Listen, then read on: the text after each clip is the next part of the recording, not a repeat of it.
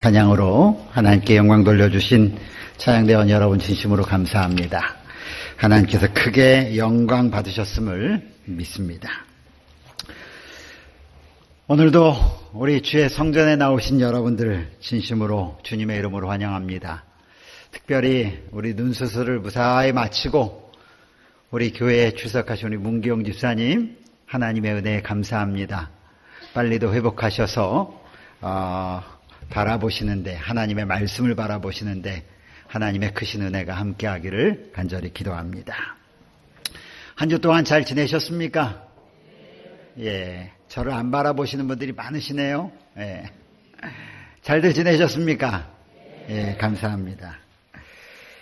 저도 잘 지냈습니다. 지난 한 주일은 특별히 매일 아침마다 서울 우리 삼육병원에서 직원들과 함께 신앙부흥회를 일주일 이렇게 인도하고 왔습니다.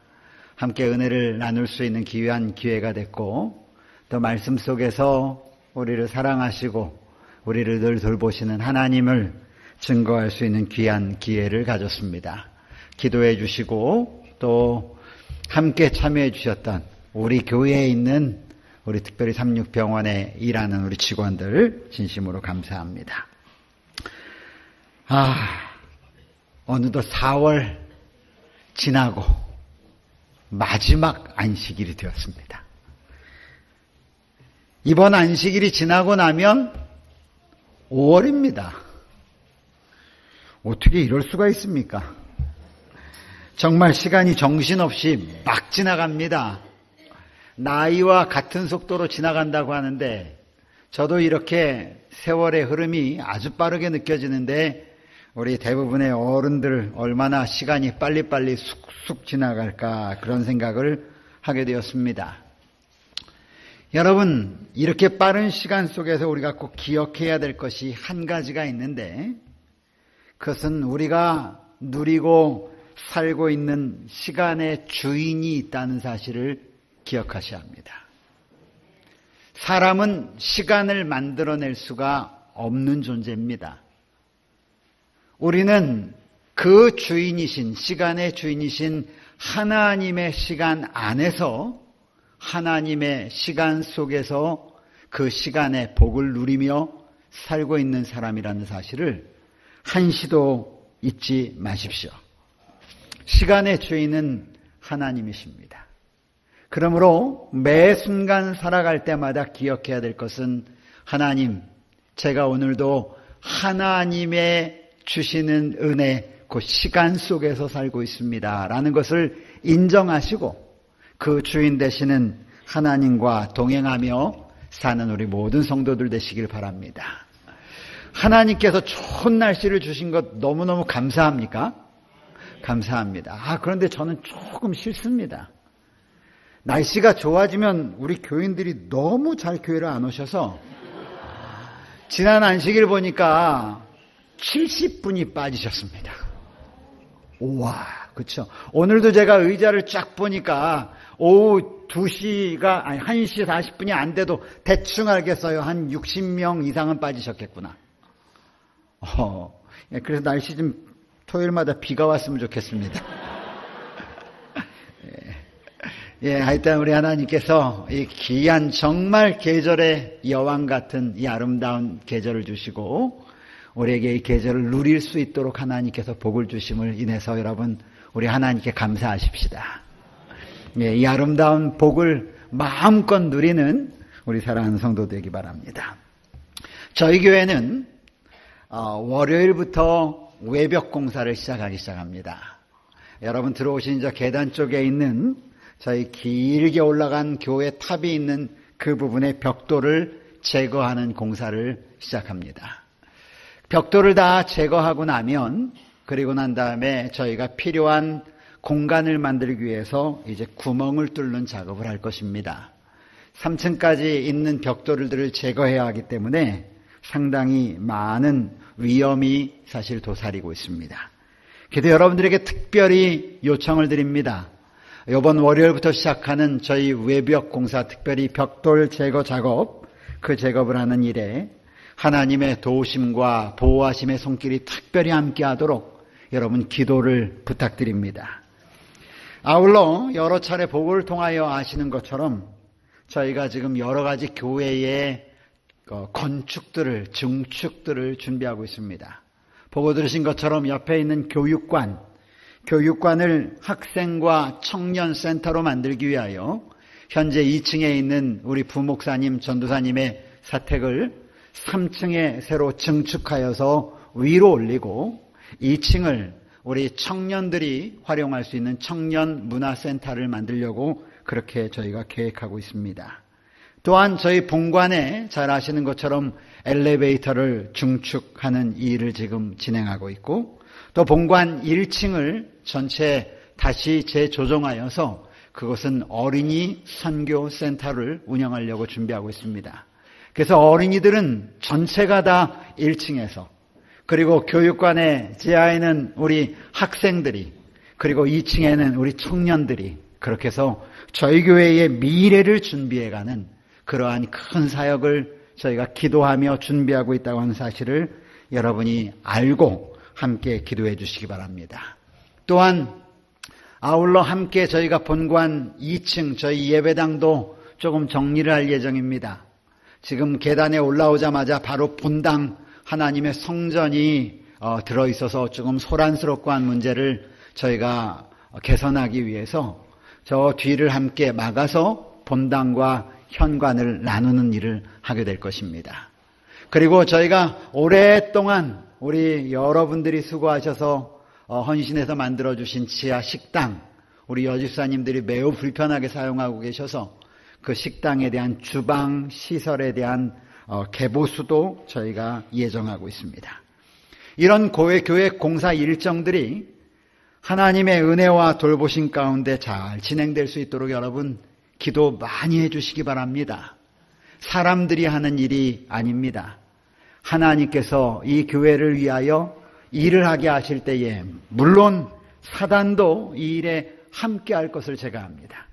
그렇기 때문에 여러분 그런 방해가 또한 어려움이 저희 교회에 공사하는 기간 내에 발생하지 않도록 여러분과 함께 기도의 요청을 드립니다.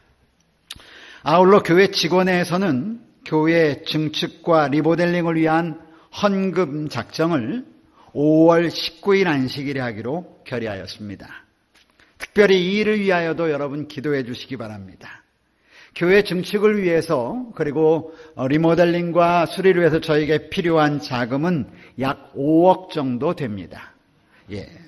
어떻게 보면 큰돈 같지만 사실은 이것은 하나님께서 하시는 일이기 때문에 그다지 큰 돈이 아니라고 생각을 합니다. 아마 빠른 시간 안에 우리 수석 장로님께서 오셔서 여러분들에게 자세한 저희의 방향들과 아마 청사진들을 더 자세히 그리고 건축에 대한 재정 보고를 드릴 수 있을 것이라고 믿습니다. 저희 직원회에서는 이렇게 결정했습니다. 하나님께 드리는 건축과 관련된 헌금은 이 건축 헌금뿐만 아니라 모든 헌금은 자원하는 헌금을 하나님은 기쁘게 받으십니다. 저희 교회가 그리고 저도 개인적으로 이곳에 있는 우리 성도들에게 그 어느 분에게도 억지나 그 어느 분에게도 이 헌금 때문에 여러분들이 시험 받기를 원치 않습니다. 우리가 직원에서 기도하면서 결정한 것은 함께 기쁜 마음으로 하나님이 우리에게 건강을 허락해 주시고 그리고 하나님이 우리에게 일할 수 있는 일터를 허락해 주셔서 우리 모두는 경제활동을 합니다. 물론 경제활동을 안 하시는 어른분들도 많이 계십니다. 그래서 이렇게 결정했습니다.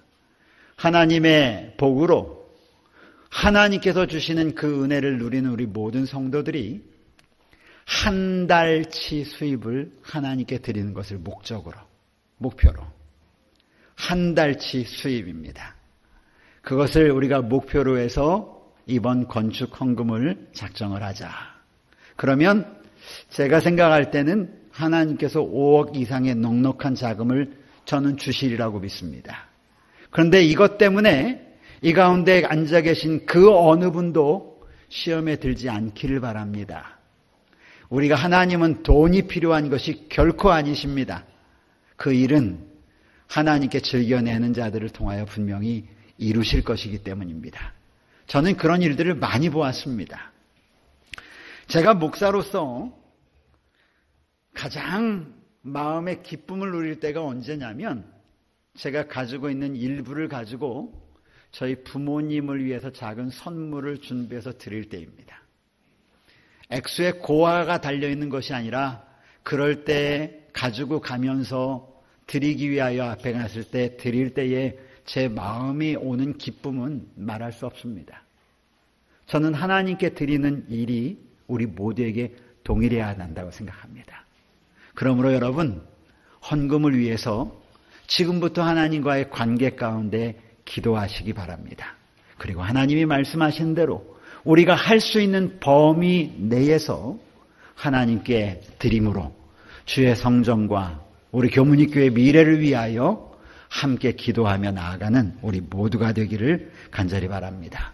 절대로 사단이 이 일과 관련해서 우리 성도 여러분을 시험하지 않도록 여러분, 이 문제로 고민하시거나 이 문제로 마음에 시험 받으신다면 그런 일은 헌금을 안 하면 못합니다. 그래서 하나님의 특별하신 은혜가 이 일과 함께 하시기를 간절히 바랍니다. 이제 오늘 말씀으로 돌아가겠습니다.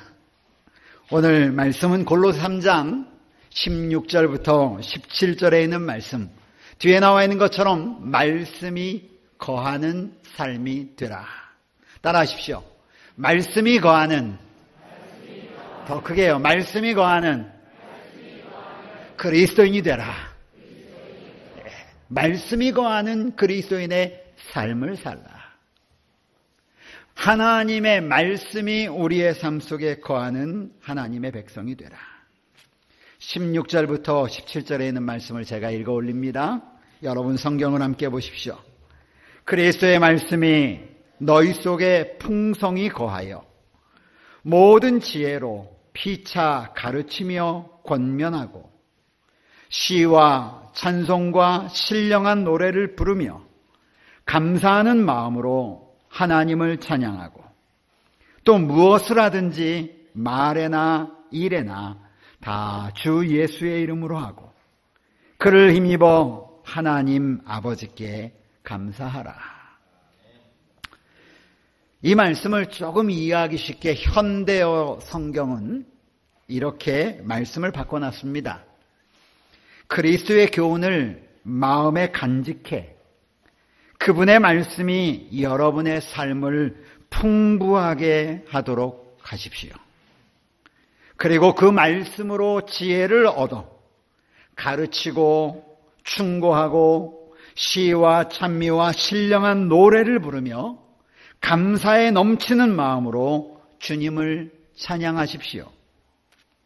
무슨 일을 하든지 무슨 말을 하든지 간에 주 예수의 대리인으로 행동하고 주 예수와 함께 아버지 하나님 앞에 나아가 감사를 드리십시오.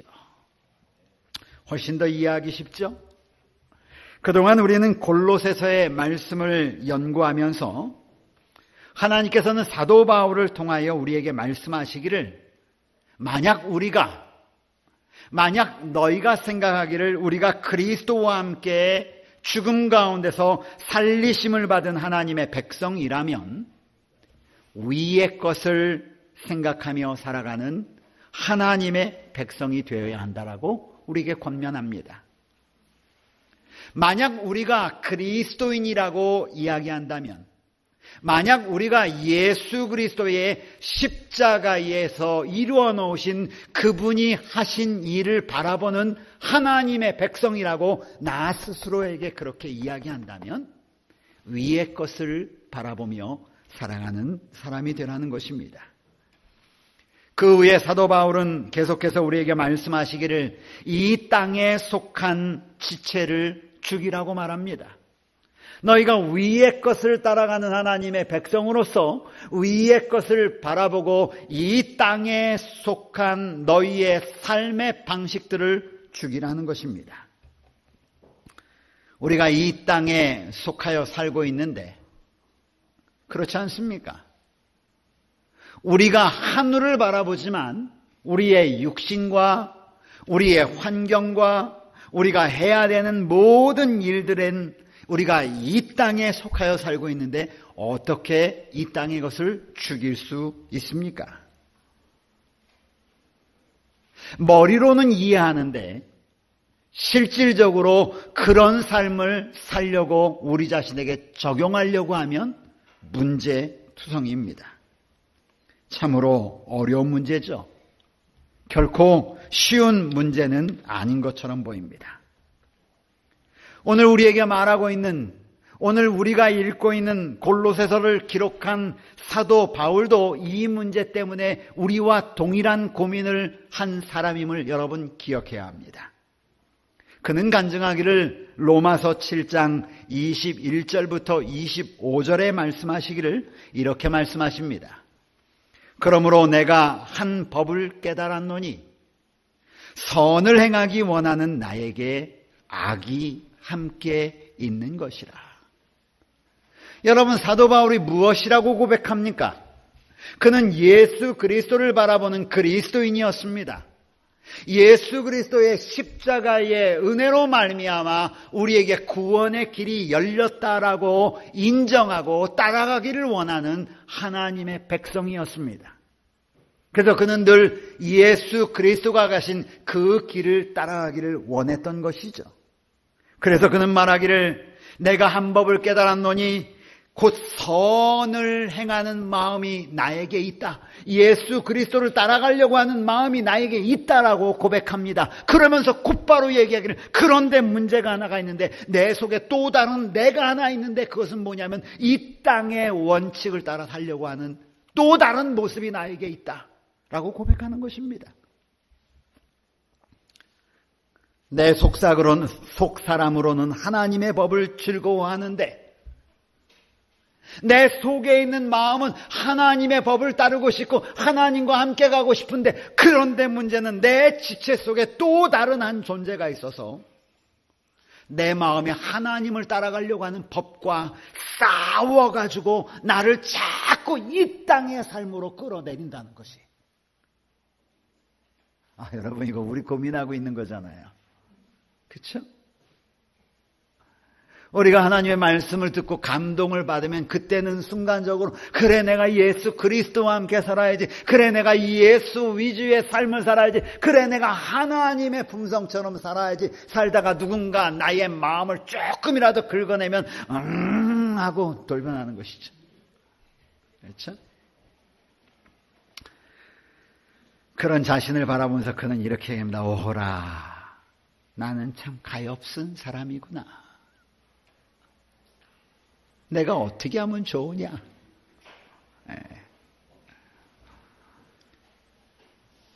나 자신을 죽이고 이 땅의 것을 죽이는 문제는 쉬워 보이지 않습니다. 불가능한 것처럼 보여지죠. 사도 바울도 그것을 고민한 것입니다. 그리스도인으로서 말이죠. 그러나 여러분, 이 고민의 마지막 간증이 무엇이었는지 아십니까?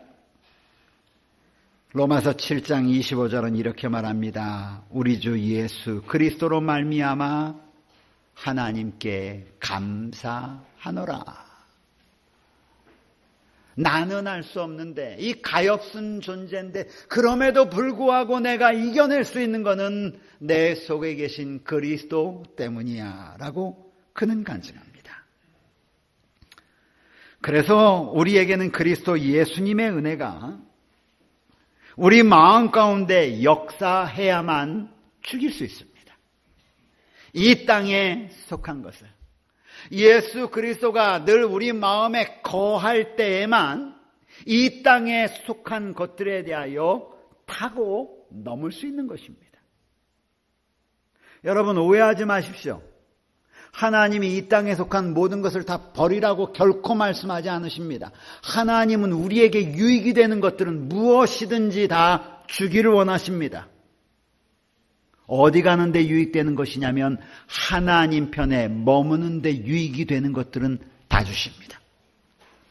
여러분, 이 땅의 재물이 하나님 편에 머무는데 도움이 됩니다.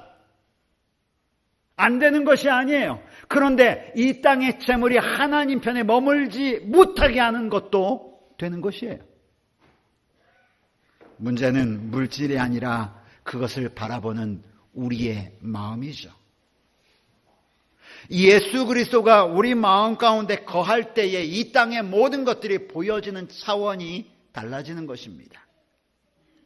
사도 바울이 고린도전서 15장 31절에 그래서 그는 이렇게 말합니다. 예수 그리스도를 마음 가운데 모시고 난 다음에 그가 간증하기를 형제들아 내가 그리스도 예수 우리 주 안에서 가진 바 너희에 대한 나의 자랑을 두고 내가 맹세하는데 나는 날마다 이 땅에 대하여 죽노라.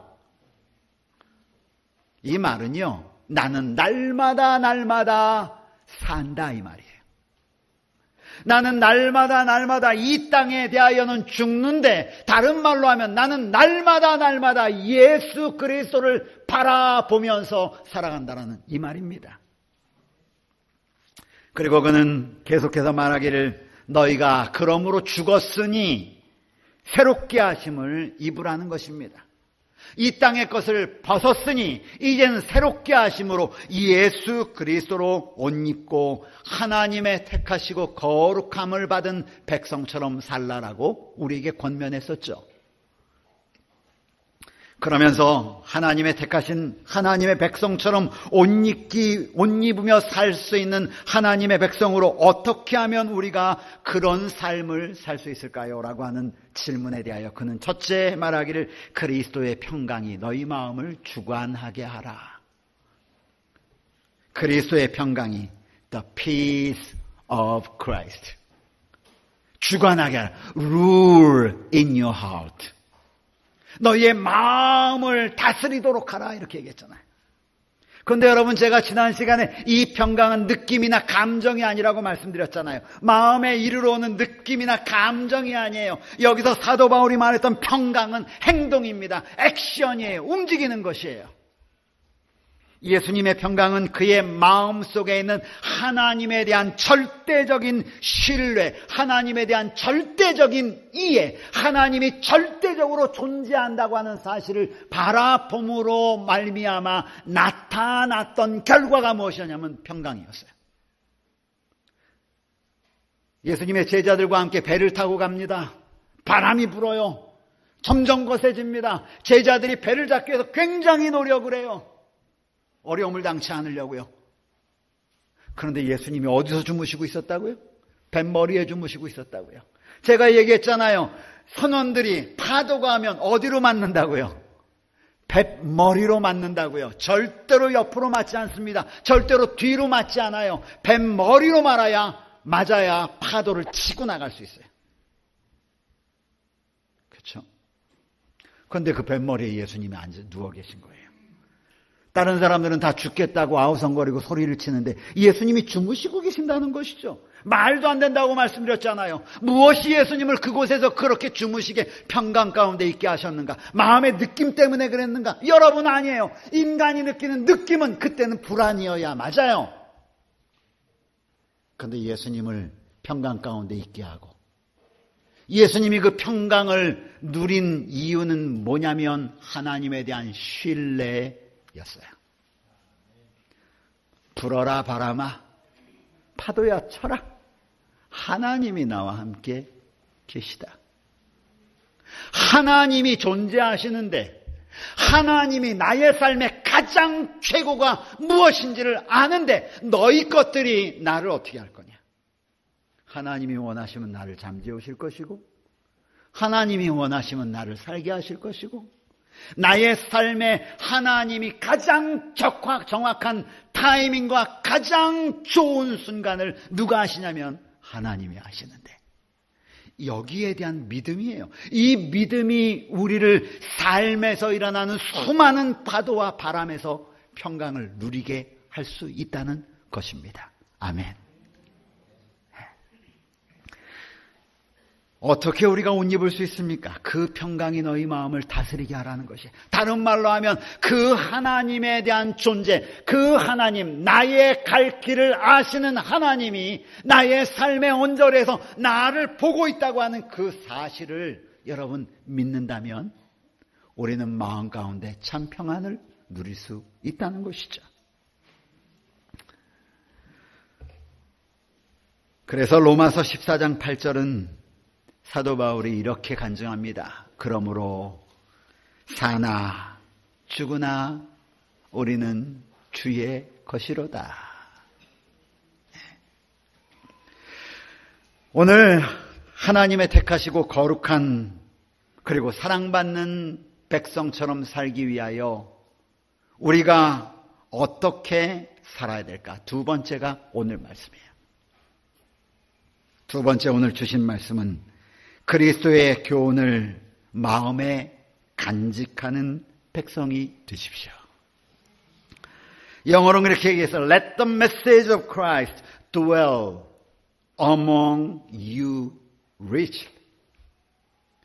그리스도의 말씀, message of Christ예요. 예수 그리스도의 살아있는 기별, 살아있는 말씀이 우리의 마음 가운데 dwell 하는 거예요. 뭐 하는 거예요? 우리 마음 가운데 거주하는 거예요. 뭐 하는 것입니까? 우리 마음 가운데 집을 만드는 거예요. dwell이라고 하는 말이 집을 만드는 거예요. make home이에요. 그러니까 결국 하나님의 말씀이 우리 마음 가운데 집을 만들게 하십시오. 그것도 그냥 집이 아니라 richly, 아주 풍성한 집을 만들게 하십시오. 그러면 여러분이 찬양하게 될 것이고, 그러면 여러분이 무슨 일을 하든지 무슨 말을 하든지 예수 그리스도의 이름으로 하게 될 것이고, 그리고 여러분이 그렇게 하면 여러분의 입에서 하나님을 찬양하는 감사의 노래가 흘러나오게 될 것이라고 말씀하는 것입니다.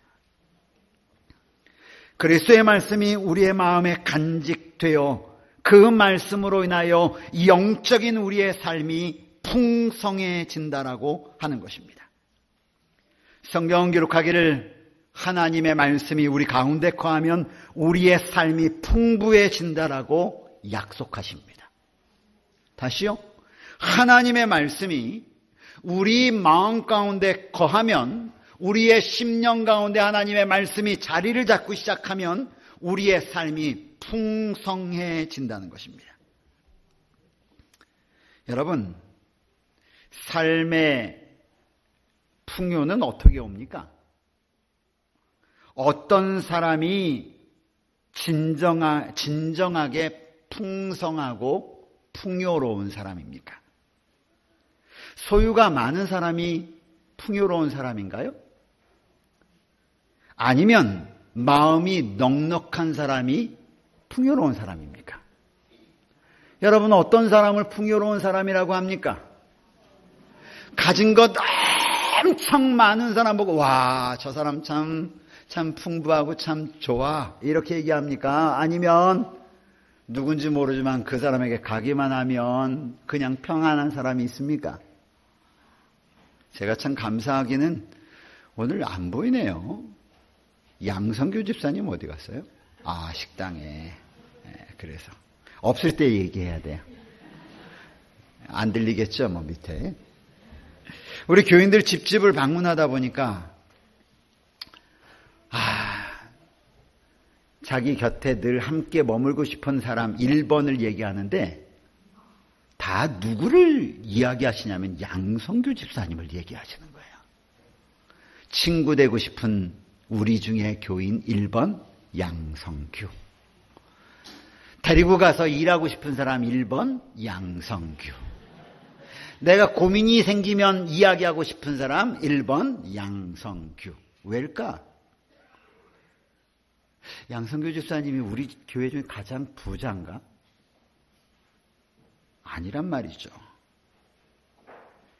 어떤 사람들은 생각하기를 물질이 많이 있어야, 그리고 펑펑 나눠줄 수 있어야, 그래야 영적으로 너그러워진다고 말합니다. 그런데 이 말은 사실이 아닙니다. 소유가 많은 사람이 넉넉한 사람이 아닙니다. 물질을 많이 가지면 가질수록 그리고 그 소유에 대한 마음이 강하면 강할수록 영적으로는 풍성해지는 것이 아니라 가난해질 가능성이 많습니다. 물론 다 그렇다는 것은 아닙니다. 오늘 마음에 난 좀 가진 거 있는데 이렇게 생각하시는 분들은 너무 찔리지 마십시오. 다 그렇잖아요. 그냥 일반적으로 그렇다는 것입니다. 제가 말한 것은 소유의 양이 아니라 그 물질을 바라보는 마음을 지금 이야기하고 있는 것입니다. 그래서 예수님은 물질에 얽매여 있는 사람, 그 사람을 대하여 말하기를 이렇게 말합니다. 마가복음 10장 25절에 낙타가 바늘귀로 나가는 것이 부자가 하나님 나라에 들어가는 것보다 더 쉽겠다. 그러므로 우리가 기억해야 할 것은 풍부함, 넉넉함이란 물질에 달려있는 것이 아니고 소유에 달려있다는 뜻이 아니라 우리의 마음에 무엇을 채우느냐야 연결되어 있다고 하는 사실을 기억하라 이 말입니다. 예수님은 특별히 두 사람에 대한 이야기를 바로 한 성경책에 기록해 놓은 일이 있는데 누가복음 18장에는 한 큰 부자 이야기가 나옵니다. 한 큰 부자가 예수님께 다가옵니다. 그리고 예수님께 얘기하죠. 예수님, 내가 어떻게 해야 영생을 얻겠습니까? 너 이것도 하고 저것도 하고 이것도 하고 저것도 해라. 예수님이 말한 것은 율법 얘기를 했어요. 그런데 예수님은 율법의 조항을 얘기한 것이 아니라 그 율법의 조항을 이루고 있는 하나님의 사랑과 내 이웃에 대한 사랑을 실천하는 자가 되라. 조항이 아니라 그 정신을 얘기했는데 이 사람은 뭐로 받아들이냐면 조항으로 받아들여요. 저요 그거 다 했습니다. 그러자 예수님이 다시 말하기를 무슨 얘기를 하냐면 그래? 정신을 얘기합니다. 그럼 너 가지고 있는 건 많지? 팔아서 가난한 자들에게 주거라? 그랬더니 문제가 생기기 시작한 거예요. 그 다음에 나온 성경절이 뭐라고 이 사람에 대하여 이야기하고 끝을 맺었냐면 이렇게 하고 끝납니다. 18장 23절에 그 사람이 큰 부자이므로 이 말씀을 듣고 심히 근심하고 떠나니라. 그리고는 이 사람에 대한 기록은 성경에 나와 있지 않습니다. 그런데 이 이야기를 끝나자마자 예수님이 한 사람을 딱 등장시키는데 그 사람이 누구냐면 삭개오라는 사람이에요. 그는 부자였더라. 동일한 부자입니다. 그런데 그가 한 이야기는 우리가 잘 압니다. 자기 것을 다 팔아서 풍성하게 그는 나누어주는 사람이 되었습니다. 예수께서 이르시되 이 사람에 대해서는 오늘 구원이 이 집에 이르렀느니라. 무엇이 이렇게 현격한 차이를 만듭니까? 어떻게 이렇게 넉넉한 그리스도인이 되어갈 수 있느냐 이 말입니다. 그래서 주님께서는 오늘 우리에게 이렇게 말씀하십니다. 그리스도의 말씀이 너희 마음 가운데 거하게 하면 너희가 넉넉한 richly 한 사람이 될 수 있다는 것입니다. 여러분 아주 쉽습니다. 우리가 구원받은 하나님의 백성으로서 하늘에 속한 것을 옷 입는 자가 되기 위해서 해야 될 첫 번째가 있는데 그것은 평강에 대해서 말씀하셨고 두 번째는 그리스도의 말씀이 dwell in your heart. 우리의 마음 가운데 머물도록 하라는 것입니다. 그렇게 하면 우리가 풍성해진다는 것이에요. 하나님의 말씀이 들어오면 우리 속에 있는 무엇인가가 쫓겨난다는 것입니다. 하나님의 말씀이 우리 속에 들어와서 거주하기 시작하면 내 속에 있는 또 다른 지체의 삶이 조금씩 밀려난다는 것입니다. 그렇다면 어떻게 하는 것이 그리스도의 말씀을 우리 속에 거하게 하는 방법일까요? 구약 성경에는 이스라엘 백성들에게 하나님께서 이렇게 말씀하십니다. 내 말을 너희 속에 거하게 하기 위하여 특별한 명령을 하시는데 그것이 신명기 11장 18절로 20절에 나오는 말씀이에요. 이렇게 말씀하십니다.